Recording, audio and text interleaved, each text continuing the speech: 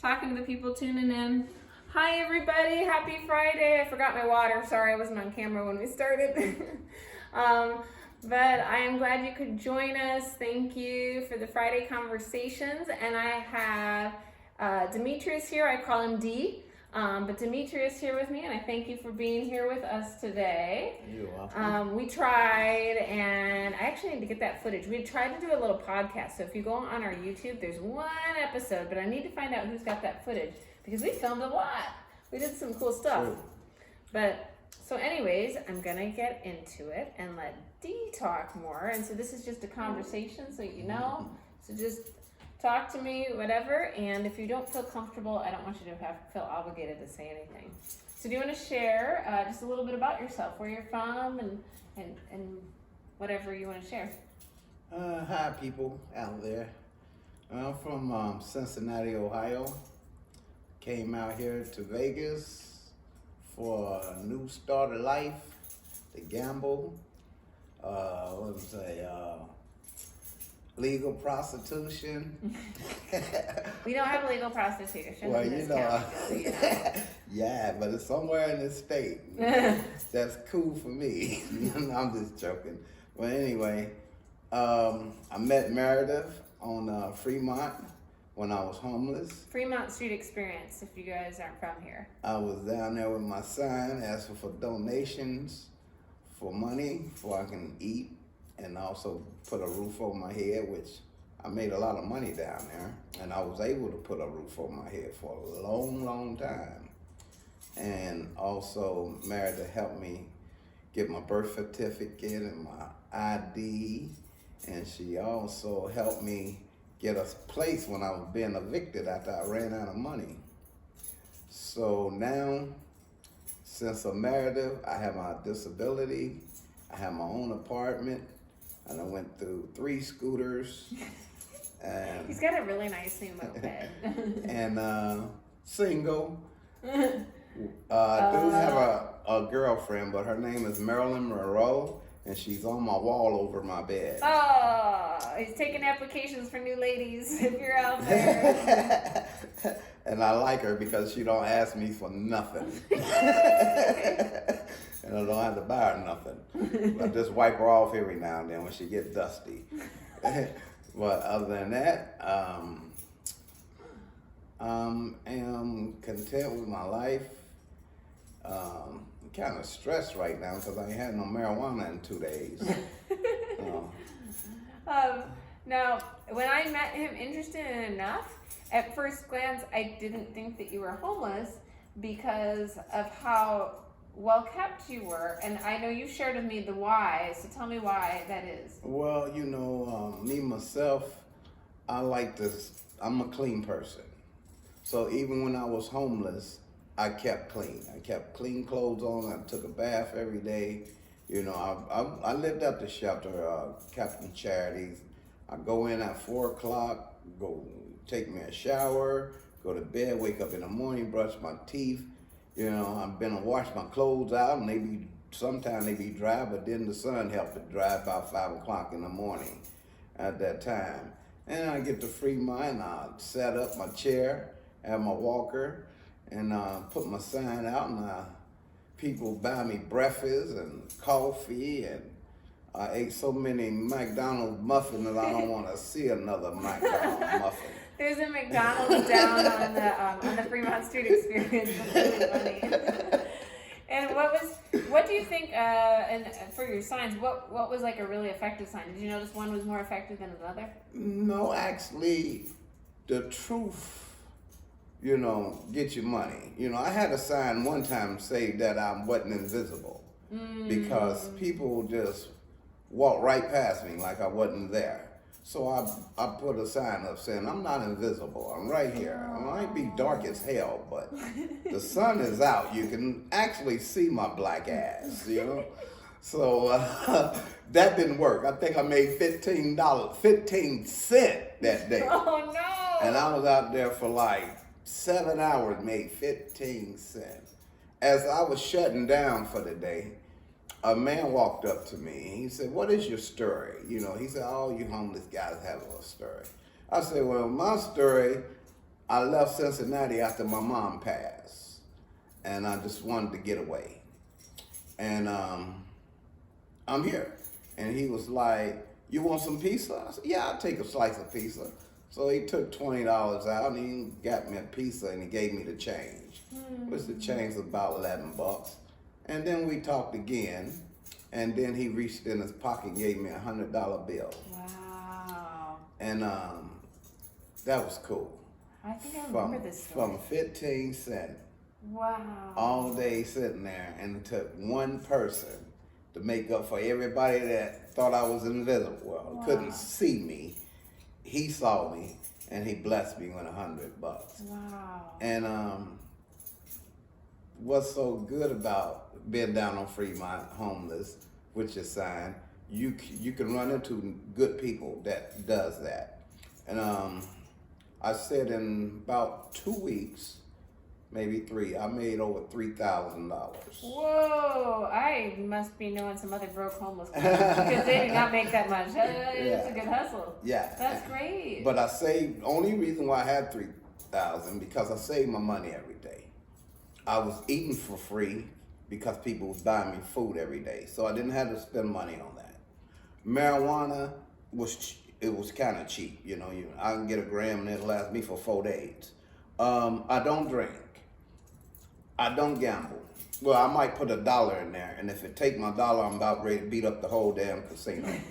But so I don't like to gamble because I'm cheap. Same with me. I work too hard for my money. I don't do casino to take it. So that's why I had that money, because I saved it every day, and I had so much change. I used to put money on the cups, on glasses. Oh, I've got one. Oh, I should have brought it. I love it. I have it up at my house. Yeah. And tell them who you gave a cup to. Somebody kind of significant. Oh yeah, and I met Snoop Dogg, and I gave him a cup, a blue cup with money on it for Christmas. So it's I call it the pimp cup, but it's like a goblet looking thing, and he glues the coins to it. And what did Snoop say when you gave it to him? I remember, but I want you to tell them. Oh, it's funny. He called me an old country pimp. He said you was a country pimp. He said you got change on your cup. He said, "You just a country pimp." He said, "You got all kind of change on it." He said, "You got money from Mexico, Salvador, Russian." So funny. And Which it was true. Yeah. Because people down there, they give me coins, and sometimes the coins be from where they from. So I also put them on the cups too, you know, because it's money. He kept it. You know? Yeah, he kept it. You know? That was funny. And we were in line. I don't know if you remember this. We were in line to meet Snoop. And this guy rolls in. And we've been standing there forever to meet him. You know, we're waiting for him to get there. And then this guy comes in with a big old fur coat and guy. 2 girls. They were beautiful, but 2 girls. And he literally walked right in front of us. And without missing a beat, he taps someone in the back and said, "Excuse me, player, the line's back there." And everybody cracked up. It was so funny, but he listened. He went back to the line. He was It was hilarious. So, I was like, ooh, what's he doing? Yeah. Cutting the line. Yeah. Yeah, we waited about an hour. Yeah, but Snoop's always late. Yeah. And I got to sing. Yeah. Walking out, and I gave him a cup, and then we had an interview. Yeah. And I let him hold my cup. Yeah. The master cup. But he wanted the master cup, but you know, Snoop got money. If he want that cup, he can see me again and give me $500,000 for it. Other than that, I'm keeping that. So I get people that ask me all the time, if I see someone with a sign, should I give them money? What do you say to them? Well, I would give them money. I give them money. And the reason why I give them money, because I was in the same predicament they was. See, some people out there, you know, even though half of them are on drugs and they alcoholics or whatever, you know, they still need a helping hand, you know? So I you know, what's 50 cents or $1 to somebody that's, you know, he gonna have to hustle up a couple more dollars just to get the drink. Or he gonna have to hustle up a couple more dollars, get him a pack of cigarettes. 6 cigarettes out here, what? $11, you know, instead of picking them butts off the ground. Yeah, you know, and if you ever see people pick up cigarette butts like he's talking about, what they're doing is they pick up all the butts and then they open them up and they buy rolling papers and they put all the nicotine in there and then they smoke it like that. So if you see people picking up cigarette butts, that's what's going on there. Yeah, that's exactly what they do. So I just try to give them enough to buy them a pack of cigarettes or buy them that beer. Or if they smoke weed, I give them a joint, you know. And Very but generous. my thing is, I will feed you before I get you drunk or high. Yeah. You know. Yeah. You know, because a lot of people, they will get you high, but they will not feed you. And I learned that on the streets. So I do the opposite. And I think for me, I always just ask people, like, what are you panhandling for? Like, what are you trying to get? And most people will tell you honestly. And sometimes you'd be surprised. I have found in my experience, it's not always drugs or alcohol. Sometimes it's very practical things. Like they ran out of money and it's mid-month and they don't have any more money on their food stamp card. Yep. Or yes, they need prescription meds and they don't have money for the payment on it. Or I've even had people where they were panhandling for their dog or maybe like a medical treatment for their animal. Yeah. So, Yeah, or that's true. That's back true. to what you're saying about going indoors, even sometimes it's for deposit money. Like they might have that rent money, but not for the deposit. Right. So it's not always drugs and alcohol. I've found, in fact, a lot of times, like I said, and it's different, obviously, in your experience. But what I've found is it's really practical reasons that people are doing it, or if they have zero income, like what Dee had when I first met him. It's just saving up to try to go indoors so they can get a spot indoors. True.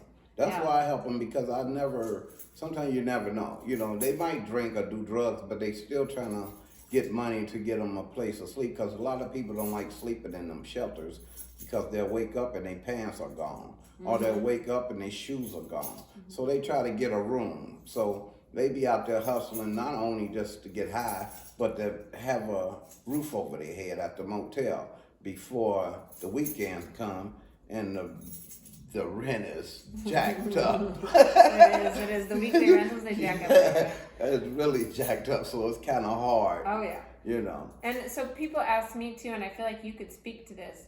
People are always like, why don't they just go into shelter? And what would you say to that? Well, a lot of people go in the shelter. Like I said, I went in the shelter.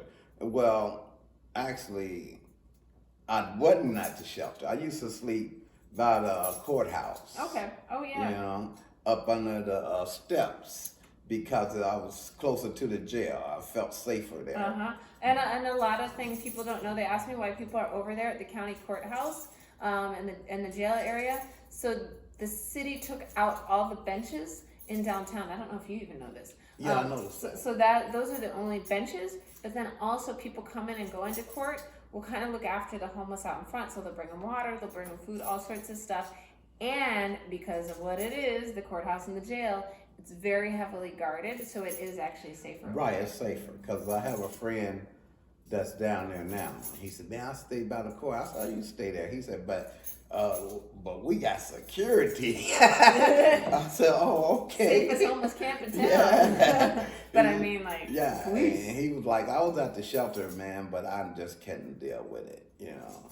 So I'm here. He said, but it's about to get hot, so I got to find me a place. Well, and unfortunately in the shelter employees can do the best, but that's kind of almost like being in a jail. Not that I want to ever say the shelters are jail, but just because of the staffing, the ratio of clients to staff. And so even at the best run shelters, they can't see everything at all times. So I feel like that's why there's a lot of shenanigans going on when people are sleeping.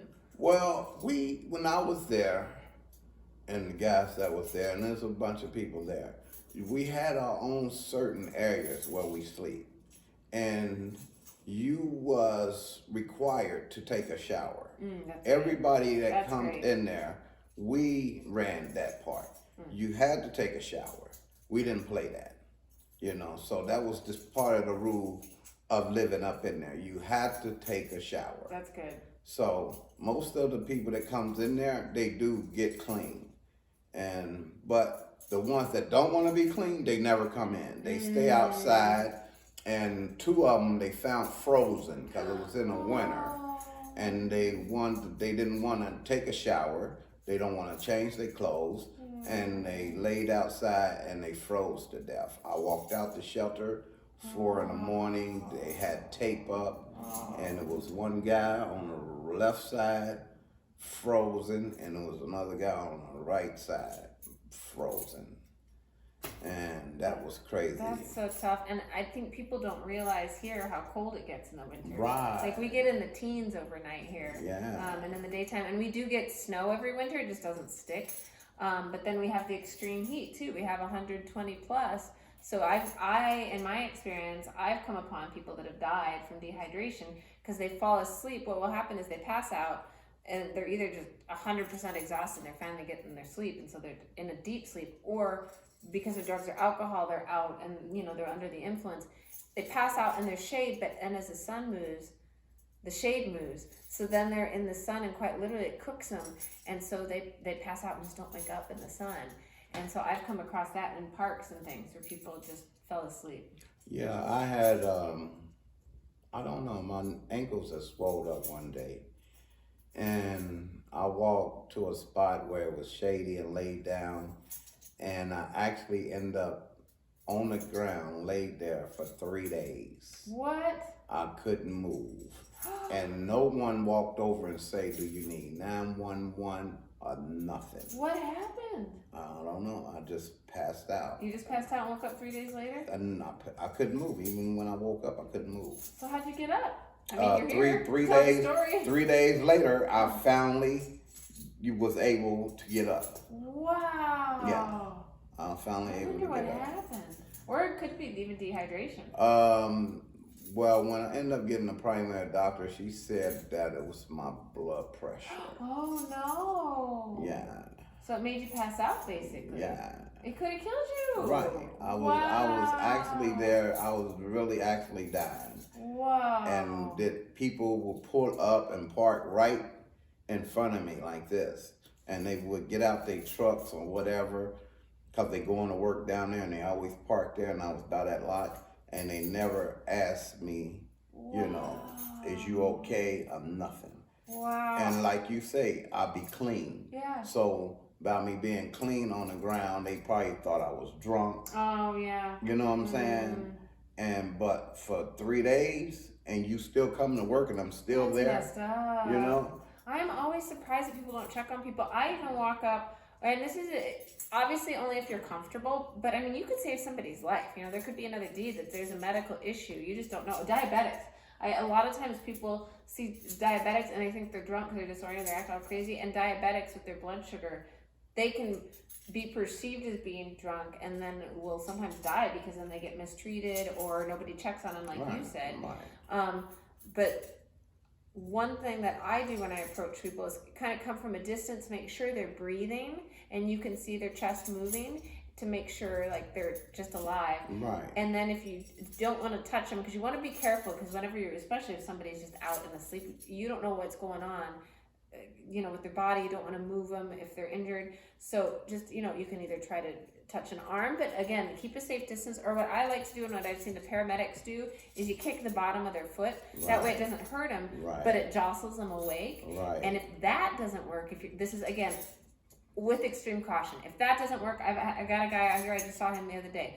We were kicking, we were yelling, everything, and you also want to announce yourself. So you yell, hey, you okay? Hey, hello, good morning, good afternoon, whatever. Right. But you yell it really loud. You want something to eat? Yeah, that works. But so if what I've done, if the yelling, if the foot kick doesn't work, then this trick that I learned from the paramedics, you can pinch back here. Again, only if you're comfortable, because that definitely is going to get a reaction. But you pinch back here and that hurts like crazy, and I don't care what they're under, whatever, they'll wake up. If that still doesn't wake up, call 911. Amen.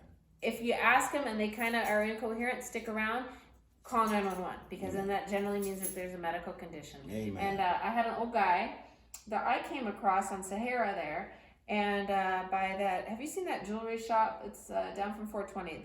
Like somebody ran into the front of the store. Oh yeah. Yeah. So right by there, there's a dude laying on the ground. His hat had fallen off. He's bloody, and it was a scooter, and it was a nice scooter. And back to what you're saying about being clean. He was clean, nice, expensive scooter. I see some people doing drugs right around the corner. I'm worried they're gonna rob him. I come over, they come running up to me. They say, hey, that guy's been laying down there too long. You need to call 911. So I said, okay. So did the whole thing. He wakes up, tells me he's fine, and to go away. I'm like, this doesn't look right. And he was bleeding. His head was bleeding. So I ended up calling 911, even though he said he was fine. And they told me that he'd had a stroke. And so, yeah, I don't know whatever happened, but I mean, I might have saved his life. And just other people had gone by. The people that came to me and ran at me, they didn't have phones. Otherwise, I said they would have called. But think of all the people that have driven by, walked by, and nobody had checked on him. Yeah, they like that out here. Yeah. I've seen that, with my own experience. They would not check on you. They would just walk past you like they did me. Yeah. And I was down there dying, but I prayed, and only thing I could see was the clock from the vineyards. And that's all I can do is look at that clock from the vineyards. Wow. Yeah. I'm glad you made it. Thank goodness you're here to tell Lord, the Lord ain't ready for me yet. The devil said, I ain't coming down there raising no hell. And the Lord said, I ain't ready for you yet. So I'm just stuck. That's so funny. So I'm changing the subject, but do you remember the time when I killed the pigeon when we were driving? I forget if we were driving to an appointment or what. I have a video on my Instagram of that. Oh, really? You don't remember? No. Oh, I remember I had Josh, he was an intern, and now he's on my board, which is kind of cool. But Josh in the back is all traumatized. I tried to swerve, but I straight up boom on a pigeon. And then he just went off on a rant about the pigeon, how the pigeon committed suicide, how the other pigeons were going to attack me. I have it somewhere on the Instagram, but it was a very, very funny moment because I'm still kind of in shock. Poor intern in the back is about to cry, and Dee's just cracking jokes up in the front about it. And Dee don't remember. It was funny. No more weed for me. Psych.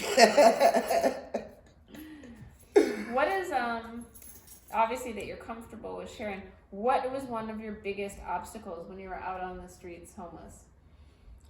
One of my biggest obstacles would be surviving. That was one of my biggest. Because you got a lot of crazy people out there. At the time I was homeless, it was a man going around hitting people in the head with the guy that killed people. hammers. Yes. And I was on the street at that time he was doing that. One of the people that, actually two of the people that he killed were clients of ours. And I could have been one. So there's a guy that was also from Cincinnati. He'd been a famous radio DJ, apparently in that market. I want to say he was from Cincinnati too. He and I talked about it. He lost his job and his wife divorced him, and that was just more than he could take. He snapped, and it sent him on this spiral of alcoholism. And so when I met him, he had somehow gotten out here, but was on the Fremont Street experience.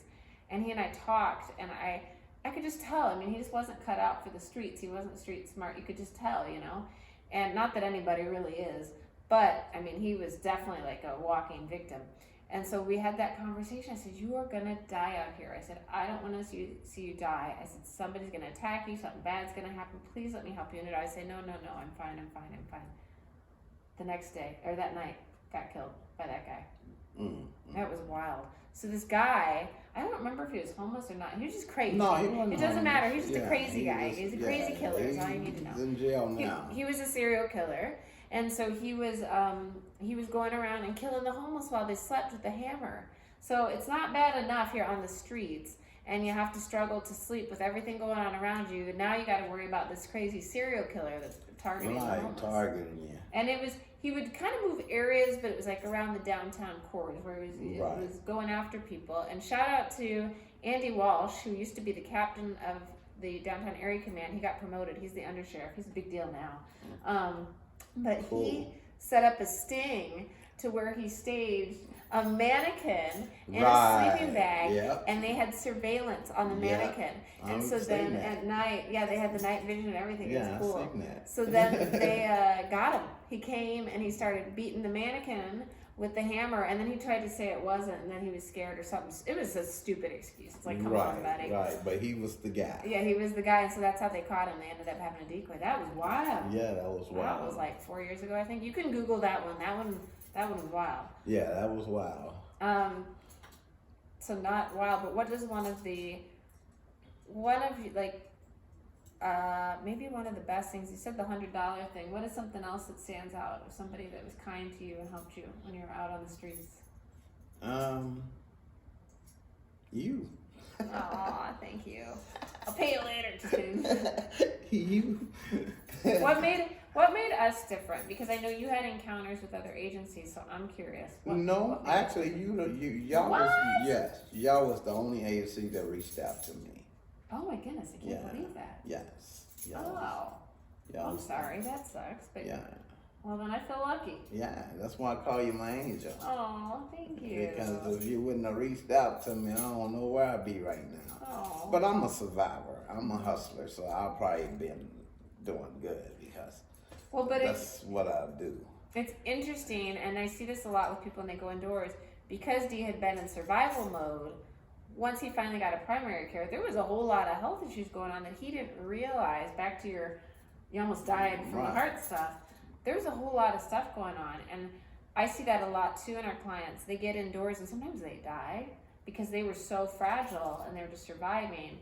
They had all these other things that they had ignored and neglected about their bodies, but they get indoors and they just... Right, because I was diagnosed with glaucoma. I was diagnosed with what you call that, sleep apnea. Right, and a lot of other things too. I have blood pressure. I'm a diabetic, borderline diabetic. So I wouldn't knew all these things if I wouldn't have got hooked up with you. I remember taking you to the eye doctor. Yeah. Yeah, and he's gotten a little svelte for Maryland, I guess, but you lost some weight. Yeah. So you're doing good. Hanging around Marilyn, her husband. No, not me. I'm talking about Marilyn, your poster. No, but I'm talking about you. Oh, Hanging yeah, around you and your lost a lot of husband. weight. I learned how to eat, smarter. Yeah, my husband lost 100 pounds. And I done lost 20 pounds. Good for you. I love that. Yeah, he's doing good. And I didn't notice. Yeah. But other people noticed. And then when I got on your scale in your bathroom when I was over your house the other day. We hang out now. We're friends, by the way. And, full disclosure. I was like, oh my goodness. Hey, after you ate too, that was after you ate. Oh, that's even better. Yeah. Now you gotta have a do and go back. So I'm able to fit clothes I couldn't fit before. So hey, that's cool. That's the best. Yeah. I feel a lot better now. Good for you. Good for you. And he's done the work, working, saving his money. He's got a new moped that I got to see. It's really nice, actually. And I work out every day. Hey, put those guns away. Yeah, I work out every day. So, and I will say this. I've got you, Dave, and like maybe one or two other clients. Normally I don't, if somebody's a client, I'm not their friend, but he hasn't been on our caseload. Oh my goodness, how long have you been indoors? What, 4 or 5 years? So yeah, so we just recently started hanging out and doing stuff. Wait a minute. I met you in 2015. You got a better memory than me, I don't know. Yeah, I met you in 2015. And it's 2021. Yeah. It's what, 6 years? Yeah, so he hasn't seen that long. He hasn't been on our caseload for 6 years. So that's why I want to share that, because I feel like some service providers, or if they're watching, they'll be like, oh, you hang out with your clients. No, that's like a no-no for boundaries, professional reasons. But he's been housed for 6 years. We hang out. We have him over. Full disclosure, we're friends. Yeah.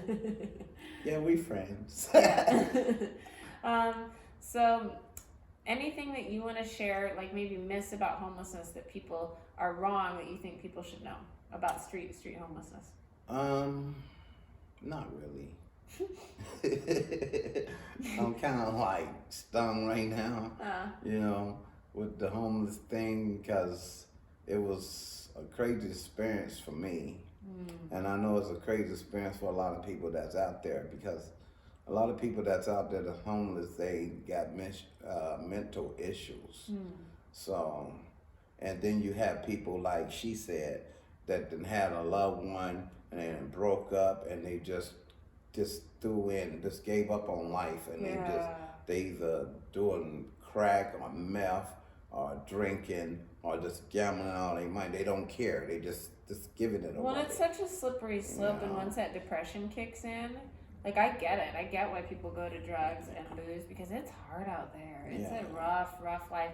I think when people tell me that people want to be homeless, I think they haven't talked to enough people, because I've never, at least in my experience, I've never, ever met anybody that truly wants to be homeless. Like, they'll all admit it's a hard life. I have. Oh, you have? I met a lot of people that rather be homeless than have a spot, because I'm ready to expose you guys. Yeah. This is what I know. What I know. When I was in the shelter, you had a lot of people that was getting checks every month. Oh, yes. And they Were rather they gamblers? gamble it all. Gamblers, yes, gambling addiction. And they rather do drugs with it and drink and then pay rent for a place. I met seniors like that. You know, and they rather be on the street than have their own spot. But that's their addiction. Yeah, that's their addiction. So it's like, if you could help them with the addiction. Yeah, that is their addiction. But I've actually had a senior. She died, she was in shelter, and she had money every month, and she just could not help it. She would gamble it away. I've worked in other cities, and this is the only place where I've seen that, where it's like, wow, like you are literally choosing to be in shelter because your addiction is affecting you so deep. And most of the guys I met that was getting a check, like you said, they was addicted to gambling, and they would get their check early, like they wait like 11:45, and they get their money, and by 12:45 they done lost it all. I had a Lyft driver one time that he worked in the casinos, and he had to drive Lyft because he gambled his whole paycheck away. Yeah. So he had to drive to pay his rent. Yeah. It's wild here. That's the one thing. I mean, it's a little different right now with quarantine and things shut down, but it's literally a town, because we're 24/7. If you've got addiction issues, this is not the place for you, because you can access anything you want any time of the day. That's true. It's a mess if you got addiction issues. Right. It is a mess out here if you got addiction. It's issues. wild. It's wild. Yeah, it's really wild. it gets rowdy. If you want it to, you can find anything. Yes. Yeah. What was I going to ask you? I forgot. It had something to do with the shelter. I don't remember. Well, I have something to say. I ran across a guy who gave me a bunch of, like a truckload of food, fresh food. And I'm like, what am I gonna do with this? So I tied everything on the back of my scooter, and I went down to Captain Charities, where I used to sleep at, and I passed the food out to the homeless people. I think I made about 7 trips. Wow. Taking food down there. Wow. To the people. And this one guy saw me, and he said, ooh, hey man, I see you giving back. I was like, yeah, that's what you're supposed to do. He said, because you was living right down here with. I said, brother, I'm still here with you. Yeah. I feel like that never leaves you. You joke, but it's like PTSD, but I notice I have weird things from being homeless that still affect me to this day. What was your hardest thing going indoors? Like, what was the biggest adjustment for you? Well, you remember Scrappy? Yeah. Oh, yeah. See, like I said, I was sleeping down by the courthouse, and Scrappy used to come and check on me at night because of that guy with the hammer, right? Mm-hmm. And he was like, man, it's getting too cold. Come on to the shelter. And I said, no, man, I'm good. Get away from me. And I'll go to sleep, and he'd try to get me. I wouldn't go. So, but that night it got cold. Mm-hmm. And I'm like, whoa. So the next night, Scrappy came. Come on, man, let's go to the shelter. I packed up, and I went to the shelter. So if it wasn't for Scrappy encouraging me to go, I don't think I would have never went. I'd probably been frozen out there, like, you know what I mean? Because my pride got in the way. You know what I mean? But once I got down there, and the people down there, the guards or whatever you call them, security, they cool people. You know what I'm saying? They treat you with respect. And shout out to Catholic Charities. Yeah. So I kind of like, it was cool. So, and I was able to take a shower instead of going to the Greyhound bus station and going in their bathroom and taking a bird bath every day and washing my clothes out in they sink. Now I had a place I can actually get my clothes washed in a washing machine and take a shower. You know, so it was, you know, you make the best of it, you know. What is the one thing, or what do you think, if people are going to donate one thing, what's the best thing they can give to an agency? If they can say that again? Pick one thing, a donated item. What is the best thing that people can donate? Money. Money? Money. What about to shelters or an agency? What could they give them? To the shelters? Money. Amen. Money. You know what? Because then the people can get what they really need from they can help the agencies and the people. Yeah, I agree with you. One thing about the Charities, because I go down there and eat still. You know, I have food at home, but I like being around the people down there because it came like a family thing. You know, a lot of people down there. And I go down there to make sure that they okay. So I still go eat with them. And a lot of places like the casinos, they donate food to Captain's Charity. They have like a proper chef. Yeah, they cater to us. You know, with different casinos. You know, come down there with their catering and they serve good stuff. You know, so it's cool. You know, they have holidays there for the people that's homeless. So it's cool. Christmas, Thanksgiving, Secret de Mayo. Yeah. You know, the other day. You know, they had they had the guys down there playing. No way. That's so fun. And they was giving out burritos and Oh, that's so cool. The other day. That was that's cool. So cool. You know? I'm gonna tag Catholic Charities on this post because check them out and give to them. They're doing good work. Yes. A lot of people I like them. If I ever get me rich, guys. I would donate a lot of money to Catholic Charities.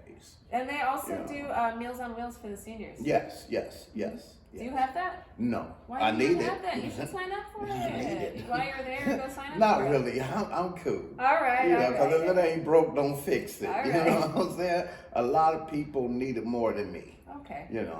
I'm blessed with the food stamps I get and having a roof over my head. And D can cook too. He can cook good. Yes. So I'm blessed. For the people that's less fortunate than me, because I would give my shoes to a homeless guy. I would give my shirt. I would give my last dollar, to the homeless or to somebody who's in need. They don't have to be homeless. They just can be in need, and I would help them because that's the kind of heart I have. Yeah. Well, before we end, is there anything else you'd like to say to people other than they need to make you rich? And if, by the way, I'm gonna put a donate button when I share this on Instagram and Facebook. And anything today is May the 6th. Yeah, May the 6th. We'll make sure it gets over to D. Yeah, May the 6th. Yes, it is. And I'll put our handles and stuff. So if you donate, I'll get it to D. Hey. So what else? Is there anything else you want to share? No. Just have for all you ladies, happy Mother's Day. I'm gonna give it to you early, and make sure that you be with your mom if she's still around, because mine is not around. So I want you guys to be with your mom. Get her some flowers or them little turtles. I like them little chocolate turtles. Oh, yeah. Get them some turtles. My mom loves chocolate. Just spend time with your mom for Mother's Day. And y'all have a blessed day. Thank you, everybody, and happy Friday. And thank you, Dee, for being on. I really enjoyed it. I love hanging out with this guy. Yeah. So thank you so much. I'm going to sign off, and I'm going to run behind the camera because I'm doing double duty today. See you Bye, guys. everybody.